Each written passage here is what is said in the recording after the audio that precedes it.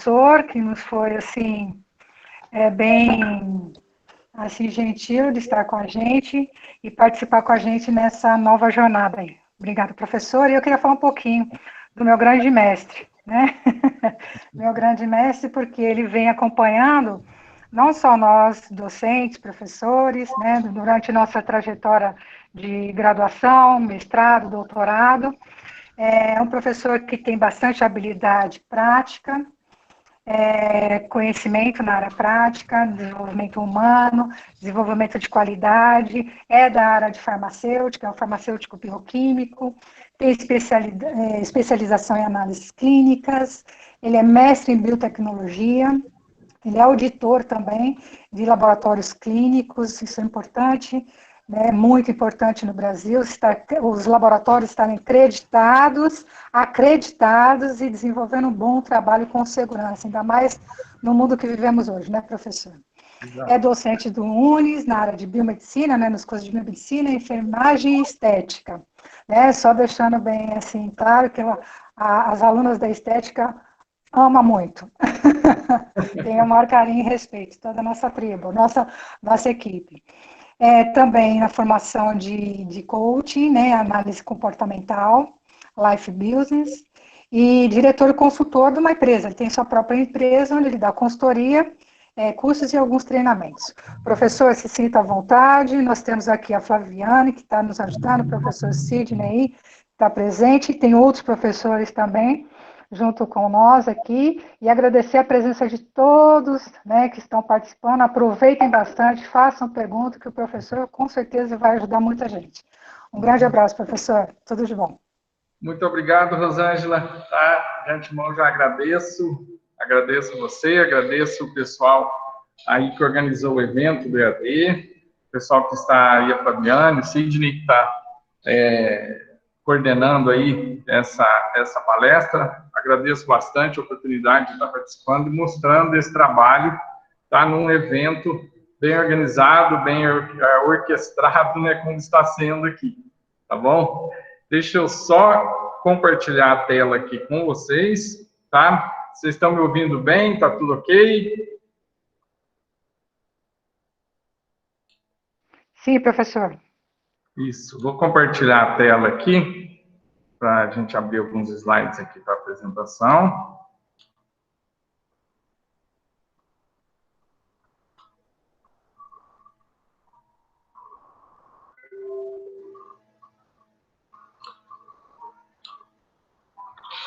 Isso, eu vou deixar os slides aqui, de modo que eu consiga ver aqui o chat aqui, caso seja necessário, tá? Aí alguém pode interromper, se vocês quiserem ativar o microfone e fazer pergunta, tá? Durante a apresentação, sem problemas, tá? E porque aí eu consigo ver a tela e ver vocês também aqui, caso queiram perguntar alguma coisa. Estão conseguindo ver bem a tela, tá ok?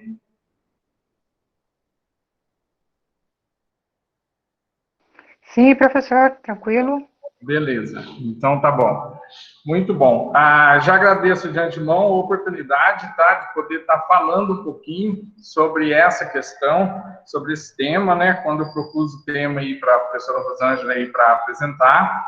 Esse já é um tema que eu ministro já há algum tempo aqui nos cursos de treinamentos e a gente utiliza também isso como um suporte motivacional aí nas empresas em que a gente dá o treinamento de gestão de pessoas. Que, logicamente, é fundamental, né, no desenvolvimento humano, no desenvolvimento enquanto pessoa, a forma como você lida com o trabalho, a forma como você encara a questão do trabalho, certo? De antemão, já vou adiantar para vocês também, eu estou utilizando o e-mail da empresa aqui, certo? Então, meu nome está aparecendo aí como Farmaconsult, certo? Que às vezes o pessoal pode localizar aí nos participantes, então está como Farmaconsult. Então, pessoal, voltando, a questão é o seguinte, a forma como nós lidamos, como encaramos, né, o trabalho, determina muito sobre o nosso crescimento e o nosso desenvolvimento. O pessoal costuma separar a questão entre desenvolvimento pessoal e desenvolvimento profissional. Na verdade, não existe praticamente as duas coisas, né? A gente separa tecnicamente nessa questão didática apenas, mas o seu comportamento enquanto pessoa, enquanto na sua casa, enquanto com sua família, com as pessoas que você convive, com seus amigos, será o seu comportamento no trabalho. Isso é fato. E então, desenvolva-se como pessoa e automaticamente você desenvolverá também no aspecto profissional. Isso é fundamental. O que nós entendemos aí sobre o trabalho, o que às vezes a maioria das pessoas, como elas encaram essa questão do trabalho? Eu costumo dizer assim, você é definido pelo que você faz. E isso é fato. Então, as pessoas vão te enxergar, as pessoas vão te entender e te compreender pelo modo como você se comporta.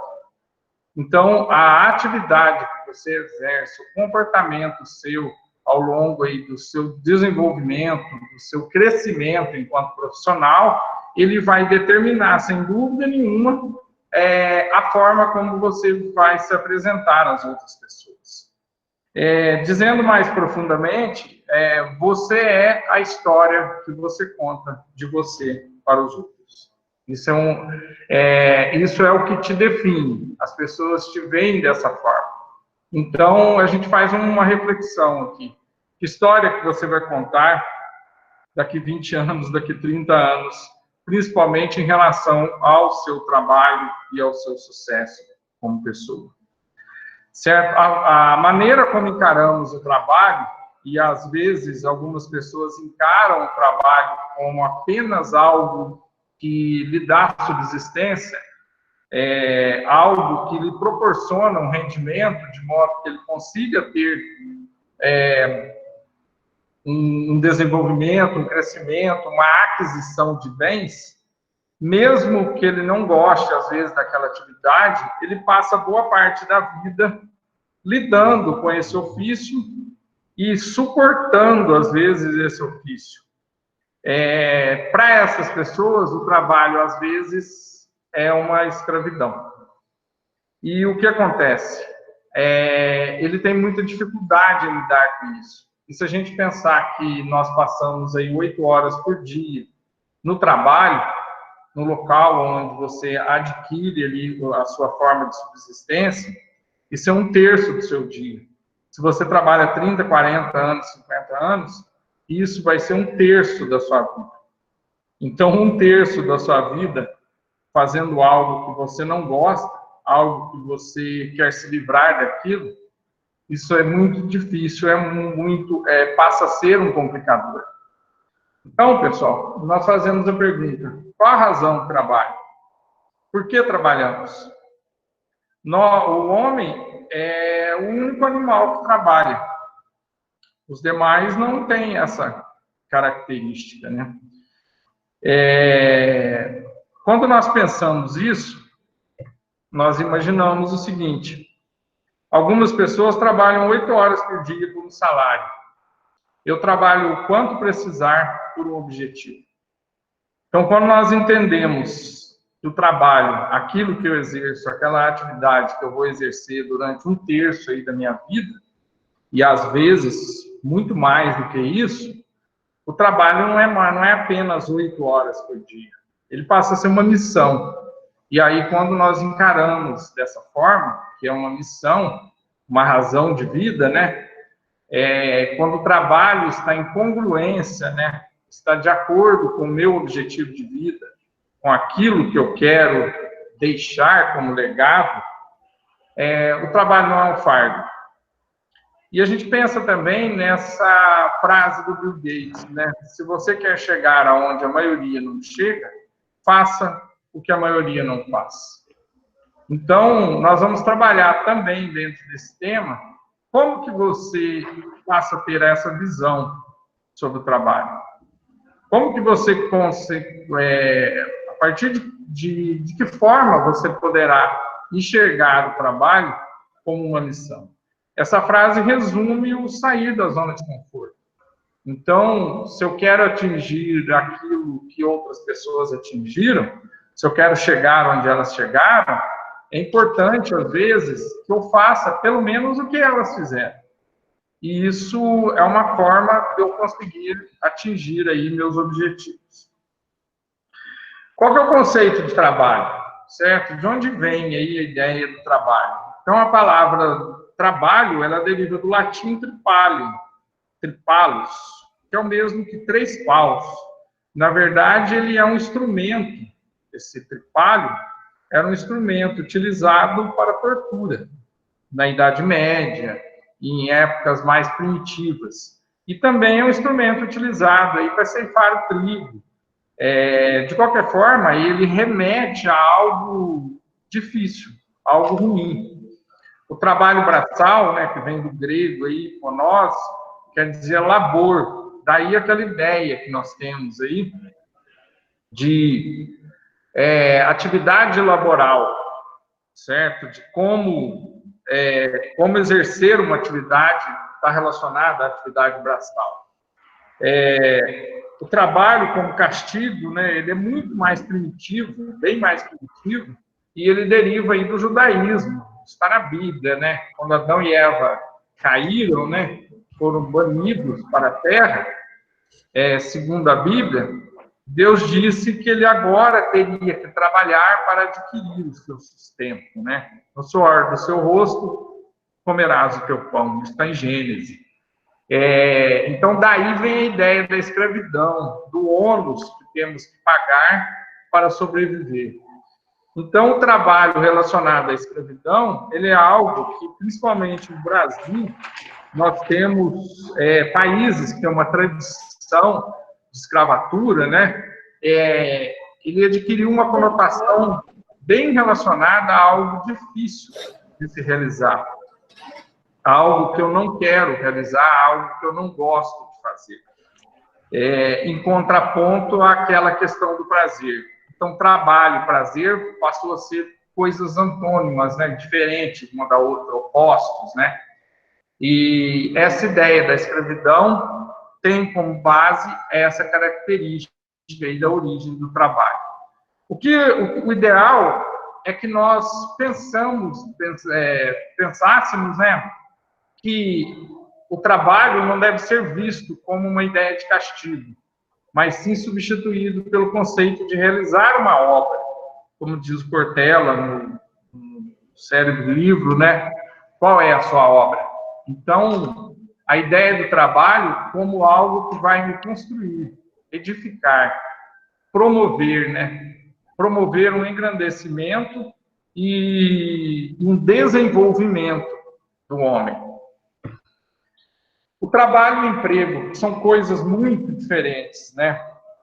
Pensando por esse contexto. Quando você imagina que o trabalho, seu trabalho, é a única forma que você tem de subsistência, né? E que você não gosta daquilo que faz, mas você tem que suportar, porque você precisa adquirir bens e adquirir algo, pelo menos para a sua sobrevivência, você tem apenas um emprego. Então, a característica... Pessoal, microfone. Que eu desabilito.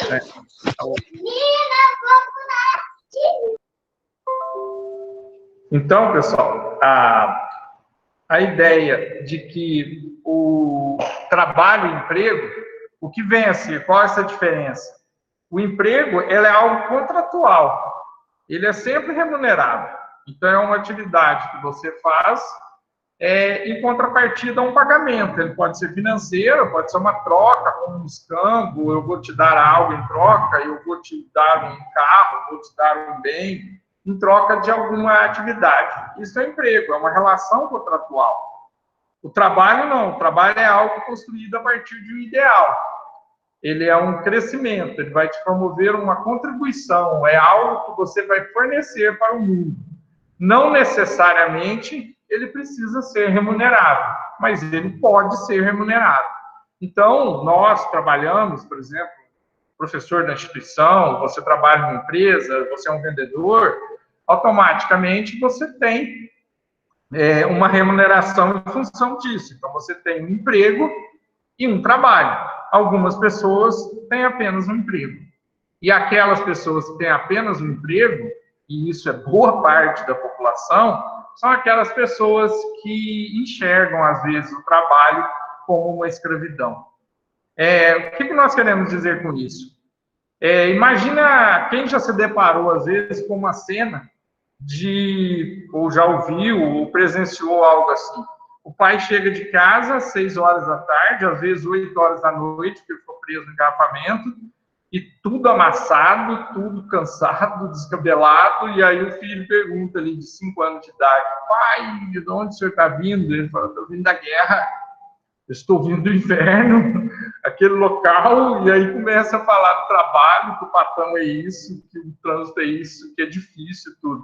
O menino observando aquilo, né? Quando ele interar seus 15, 16 anos de idade, o pai chega para ele e diz o seguinte: filho, moleque, você precisa trabalhar, você precisa arrumar um emprego, você tem que trabalhar. E aí ele olha e pensa assim, ele lembra imediatamente daquela cena, né? Falei: eu não quero ir para o inferno, não quero ir para a guerra, trabalhar. Esse indivíduo, naquele momento, ele criou o que nós chamamos de uma crença limitante sobre o trabalho. E muitas dessas pessoas têm isso desde a sua infância, que trabalho é algo ruim. Essa crença limitante foi construída justamente com as pessoas que ele conviveu na fase de formação dessas crenças. E daí vem essa ideia de sempre que o trabalho é algo ruim. O trabalho, ele sempre enobrece o homem, né? O emprego nem sempre. Então, fica muito claro aqui, né, a ideia de trabalho e emprego. Professor Hamilton, desculpe interrompê-lo, é que a sua apresentação caiu para os participantes. Será que o senhor pode compartilhar novamente, por gentileza? Tá. Deixa eu fechar aqui. Então, deixa eu só minimizar aqui. Pode deixar aberta, professor. Só ir lá na tela de novo e compartilhar, por favor. Alguém compartilhou e substituiu a sua? Certo. Tá aqui, remover a apresentação. Isso. É só ir lá embaixo, interromper o compartilhamento, que está aparecendo lá embaixo em azul, o botão. Tá. Isso. Aí interrompe e vai lá de novo para apresentar e carrega novamente. Obrigado.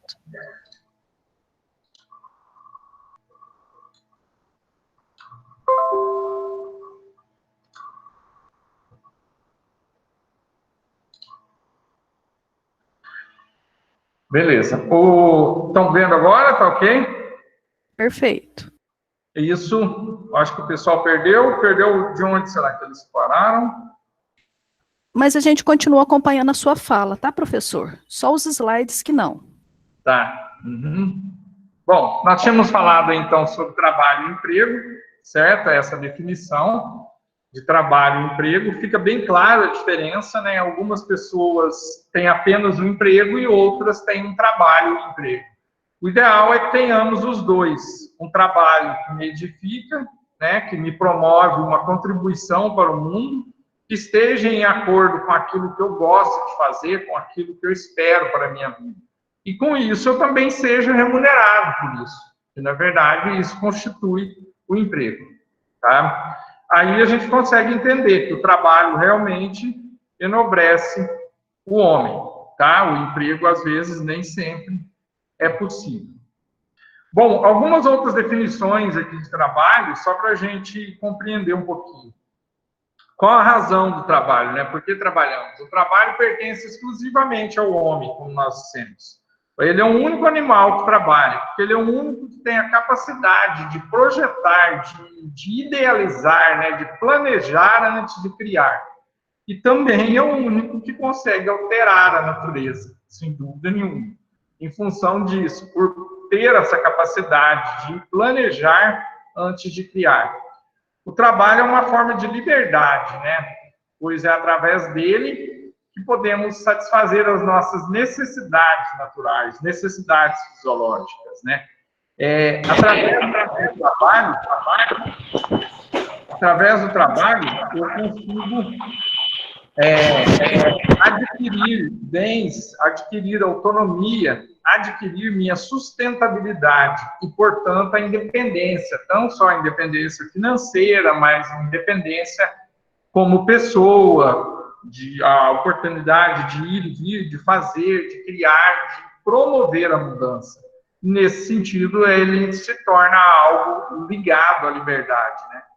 O trabalho é um processo pelo qual o ser humano se autoconstrói, é uma definição de Engels, e essa é uma das melhores definições que podemos entender, né? Que o trabalho é uma autoconstrução, e nós vamos fazer isso ao longo da nossa vida.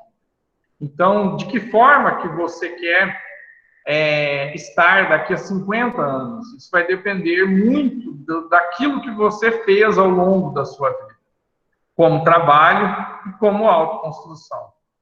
E o trabalho deve estar congruente com a sua essência, para entender o que vem a ser essa essência. Nós fazemos a seguinte pergunta: todos sabem por que vocês vieram ao mundo? Qual a sua missão aqui na Terra? Por que você trabalha? Ele está em congruência com essa sua missão? Você faz aquilo que você veio destinado a fazer aqui na Terra? Quando a gente pensa em essência, nós pensamos em propósito. Qual o propósito de você levantar cedo todos os dias e passar 8 horas lá na empresa? Qual o propósito de você fazer isso durante 1/3 da sua vida? Então, quando nós fazemos isso, essa seguinte pergunta, nós conseguimos entender se aquilo que eu faço todos os dias tem relevância, está relacionado a esse meu propósito, a essa minha missão de vida. Pensando assim, o trabalho, ele é uma motivação e está relacionado ao desejo de cada um, de cada indivíduo. Ele é uma forma de motivar as pessoas a irem adiante. Quando nós pensamos nisso, nós pensamos na conhecida hierarquia das necessidades humanas, né? Ou a pirâmide aí de Maslow, que muitos já conhecem, né? Essa pirâmide, ela retrata muito bem isso e está relacionada intimamente com essa visão aí que imaginamos ter aí sobre o trabalho. Na base aqui da pirâmide, nós temos as necessidades básicas dos seres humanos, nós chamamos de necessidades fisiológicas, né? Comer, vestir, um lugar para você ficar, para se abrigar do frio e tudo mais. Então, esta é a primeira necessidade que todos nós temos. Então, a maioria das pessoas trabalham para isso, para ter algo para comer, para ter algo para vestir, para conseguir comprar isso. Essa necessidade fisiológica, ela é também de todos os animais. Porém, hoje, com a civilização, nós não caçamos mais, nós não fazemos mais como os animais, que acorda de manhã cedo, a primeira coisa que ele pensa é como conseguir algo para se alimentar. Hoje, nós temos que ter dinheiro para comprar isso. Então, você precisa ter um ofício, um emprego que te remunere para você conseguir ter essa necessidade fisiológica satisfeita. Isso aqui está na base da pirâmide do desenvolvimento humano, que nós chamamos de comportamento e ambiente. Então, está intimamente relacionado com a questão ambiental apenas. Necessidade de segurança é uma necessidade de proteção. Os animais também têm isso. Um local onde ele se sinta seguro e abrigado, e protegido contra o predador. Nós temos essa necessidade de segurança contra roubo, contra o sequestro. Então, quero ter uma casa, num local melhor, onde você fica protegido, onde você consiga trancar as portas e janelas e tudo mais. Uma questão de segurança física mesmo. Então, estas são as primeiras necessidades que nós pensamos em satisfazer quando você pensa em trabalho. Acima dela vem a necessidade social. Quando as duas inferiores estão satisfeitas, eu posso pensar numa necessidade social, que aqui entra o que nós chamamos de senso de pertencimento, de pertencer a um grupo, de ter um relacionamento com outras pessoas. A pergunta aqui é com quem? Com quem eu me relaciono? Eu quero fazer parte daquele grupo porque as pessoas assim fazem parte daquele grupo. Eu quero pertencer a esse grupo. Então, uma vez que as necessidades abaixo não estão satisfeitas, você nem imagina que isso existe. Você nem imagina que exista um relacionamento em grupo. Então, essa necessidade só pode estar satisfeita a partir do momento que as duas abaixo estão.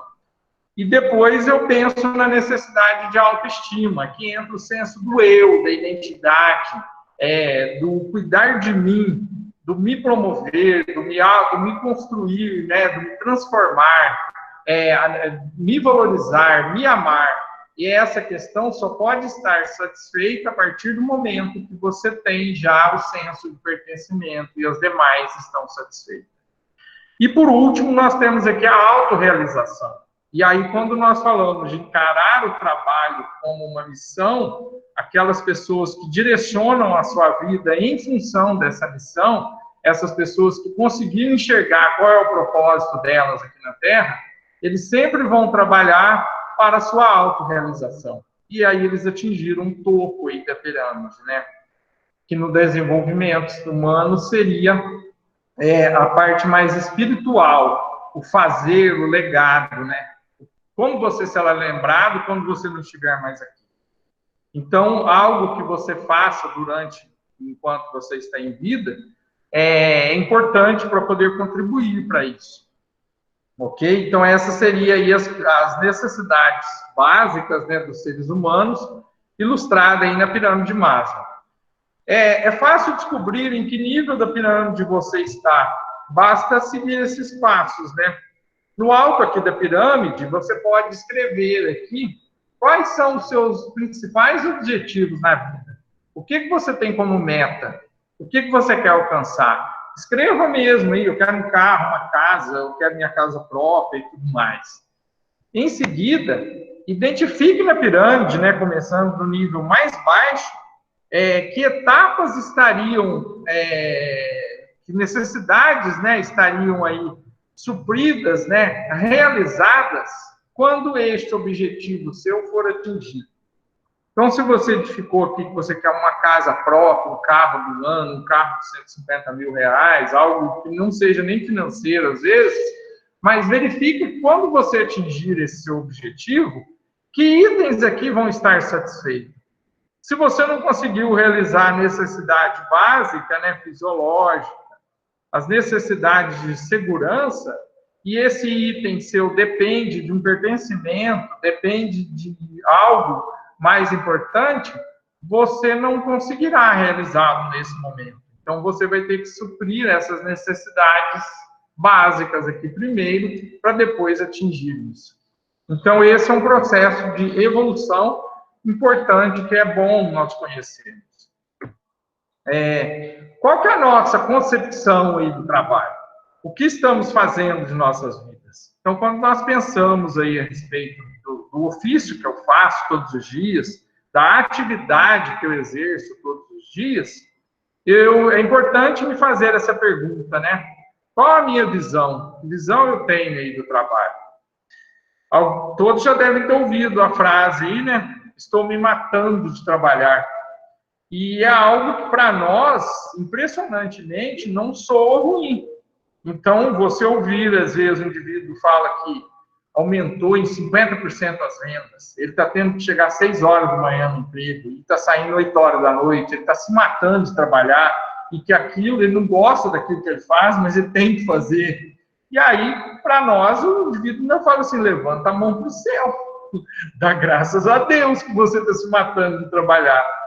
Eu gosto muito da frase do Karnal, às vezes, que diz o seguinte, se alguém colocasse a ideia ao contrário, né, você ouvisse assim, estou me matando de crack, estou me matando, fulano está se matando com a droga, fulano está se matando com o álcool, todo mundo acha estranho e acha um absurdo, mas o se matar de trabalhar, não. Por quê? É algo que ele tem que fazer, né? É um ônus que ele tem que pagar para viver. Então, por que você está se matando de trabalhar se você faz algo que é edificante, algo que você gosta de fazer? Quando nós pensamos nessa frase, nós remetemos àquele primeiro slide, né? Eu não conto as horas de trabalho em função do tanto que eu recebo. Eu sou pago para trabalhar 8 horas por dia, né? Mas se eu tiver que trabalhar muito mais do que isso, está tudo bem. Porque eu não estou fazendo apenas pelo tanto que eu recebo. E aqui nós lembramos de Abraham Lincoln, né? Um homem que trabalha apenas pelo tanto que recebe não merece ser pago pelo que faz. E é uma verdade do grande estadista americano, né, o Abraham Lincoln. Então, faça mais que o necessário, certo? Se você faz algo que gosta, o trabalho não é uma escravidão, não é algo ruim. A hora mais feliz da semana é a sexta tardinha. E nós temos pessoas que chegam segunda-feira no trabalho e começam a contagem regressiva para chegar na sexta-feira tardinha, né? Que é o conhecido happy hour. E aí ele posta ali no Face, ele posta no Instagram, ele posta lá no WhatsApp, né? Sextou. Alguém já viu alguém postar segundou? Nem existe post para isso, né? O pessoal detesta segunda-feira, né? E a sexta tardinha é o sextou, a happy hour. Então, a ideia do happy hour, se nós pensarmos que a sexta de tardezinha, às 4, 5 horas que você passa ali depois das 4 da tarde, depois das 5 da tarde, é o happy hour, o restante da semana toda vai ser as horas tristes, né? Dear hour, e nas horas tristes. Você trabalha 1/3 da sua vida. 8 horas por dia, 1/3 da sua vida. Imagine 1/3 da sua vida horas tristes. É lamentável isso, né? É algo que é realmente preocupante quando a gente pensa por esse aspecto. Então, o tal do happy hour, ele não é algo que vem à cabeça assim das pessoas que encaram o trabalho como algo edificante, certo? Eu não preciso ficar apenas ligado no trabalho 24 horas por dia e não participar de nenhuma happy hour. Eu adoro happy hour, sim, mas não significa que a segunda, a terça, a quarta e a quinta-feira sejam horas ruins, né? Então, pessoal, nós temos algumas chaves aqui que facilitam a felicidade aí no trabalho. No trabalho, esteja no momento presente. Então, quando você estiver no seu trabalho, esteja ali, naquele momento. Então, se eu estiver aqui dando a palestra para vocês e preocupado com a palestra que eu tenho sexta, com a aula que eu tenho amanhã, com o orçamento que eu tenho que mandar para a pessoa depois e tal, a palestra não será boa, com certeza, tá? Então, se eu estou aqui, eu estou aqui, eu estou agora, certo? Aqui e agora, é o que nós chamamos de um foco, né? Viva o aqui e o agora. Concentre-se no aqui e o agora. Evite essa ansiedade, evite disseminar essa ansiedade. Não enxergue o trabalho como um sofrimento contínuo, né? Não faça de sua jornada um happy hour, uma constante espera aí pelo happy hour, né? Não faça do seu trabalho uma prisão. E aqui é bom a gente fazer uma metáfora, né? Uma comparação. Quando nós lembramos, imagine o indivíduo que está encarcerado, aquele cara que cometeu um delito grave e foi preso, e pegou aí 5 anos, 10 anos, 30 anos aí de detenção. O que esses indivíduos que estão encarcerados lá na prisão, qual que é o maior objetivo dele? O que ele espera? Se eu perguntar para ele qual é o seu maior desejo, é lógico que ele vai falar, ficar livre, eu quero a liberdade. E pergunta para aquele indivíduo que chega na segunda-feira e está na contagem regressiva para o happy hour, e que odeia aquilo que ele faz, qual que é o maior desejo dele na segunda-feira, às 9 da manhã? Ele vai falar, é sair daqui, é terminar a minha jornada de trabalho. Eu não suporto isso. Então, qual que é a diferença entre os dois? O preso encarcerado e aquele que está preso em um ofício que ele odeia. Não há diferença. A prisão mental que você vai ter que suportar ao longo de 1/3 da sua vida, ela é bem pior do que essa prisão física. E aqui nós lembramos de uma citação importante, né? No último dia da sua vida na Terra, você vai confrontar, né? Vai encontrar a pessoa que você poderia ter se tornado. A pessoa que você se tornou, né, vai encontrar a pessoa que você poderia ter se tornado. O que você vai dizer para ela? Então, é uma reflexão. Nós podemos ser o que nós quisermos ser, certo? O potencial está dentro de você.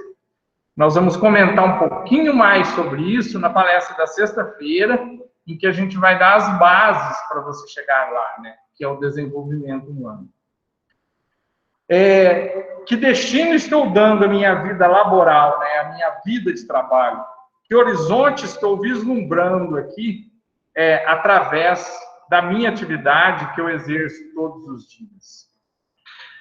Quando a gente pensa sobre isso e faz essa reflexão, nós lembramos aqui de Napoleão Hill. Não sei se vocês conhecem, chegaram a conhecer alguns livros desse, quem foi essa pessoa, né? Napoleão Hill, ele foi um jornalista, né, da área do direito também, nos Estados Unidos, na época de 1900, 1908, 1910. E esse jornalista teve a oportunidade, né, de conhecer Andrew Carnegie. Andrew Carnegie era um grande magnata e milionário do aço, né, considerado na época uma das pessoas mais ricas do mundo, e ele está citado até hoje como entre os 3 seres humanos mais ricos que a humanidade conheceu. E esse indivíduo, né, o Andrew Carnegie, ficou intrigado sobre o fato de que por que algumas pessoas conseguiam chegar lá, ganhar muito dinheiro, ter sucesso, atingir seus objetivos, né, fazer acontecer, e outras pessoas não conseguiam chegar lá. Não importa se era só ser um milionário ou conseguir atingir os seus objetivos maiores na vida, porque o sucesso ele está muito ligado à condição pessoal aí de cada um, né? Ele é diferente para as pessoas. Para alguns pode ser R$1 milhão, para outros pode ser apenas atingir um objetivo, algo que eu espero desde a infância. O que esse magnata fez? Ele propôs para Napoleão Hill investigar ao longo aí dos anos, né, no mundo inteiro, gastasse o que for necessário e o tempo que fosse necessário para ele enumerar que qualidades, que virtudes essas pessoas tinham que pudesse fazer com que elas tivessem grande sucesso aí ao longo da história. E essa pesquisa não poderia durar menos do que 2 décadas. E ele realmente levou mais de 20 anos para conseguir. E ele enumerou cerca de 19 virtudes, né, que as pessoas que fazem sucesso, que fizeram sucesso, que atingiram, que chegaram lá têm. E isso está no livro A Lei do Triunfo, que é um livro base aí para quem pretende trabalhar nas áreas administrativas, né, além das outras publicações que ele teve ao longo da história. Napoleão Hill enumerou 2 tipos de pessoas que nunca vão para frente, né? Aquelas pessoas que não fazem o que lhes é pedido, e isso é um fato, né? Você pede para fazer, o indivíduo não faz, pede para fazer, não faz, o que a empresa vai fazer? Dispensar esse funcionário. E você também, outro tipo de pessoa que nunca vai para frente, são aquelas que só fazem o que lhes é pedido. Então, aquelas que não fazem o que lhes é pedido e aquelas que só fazem o que lhes é pedido. Faça mais que o necessário. Se você faz mais que o necessário, alguém vai te enxergar, alguém vai verificar isso em você e alguém vai te promover. Então, se eu preciso de um gerente, se eu preciso de um supervisor, se eu preciso de alguém que suba um degrau a mais, eu vou procurar entre os colaboradores que fazem mais que o necessário, porque aqueles não contam as horas, né? Aqueles não medem o seu trabalho pelas 8 horas de trabalho apenas, né?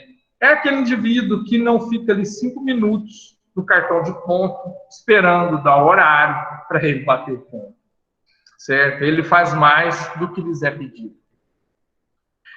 E aí nós lembramos também aqui, né, de que as pessoas são contratadas por suas habilidades técnicas. Todas são contratadas por suas habilidades técnicas.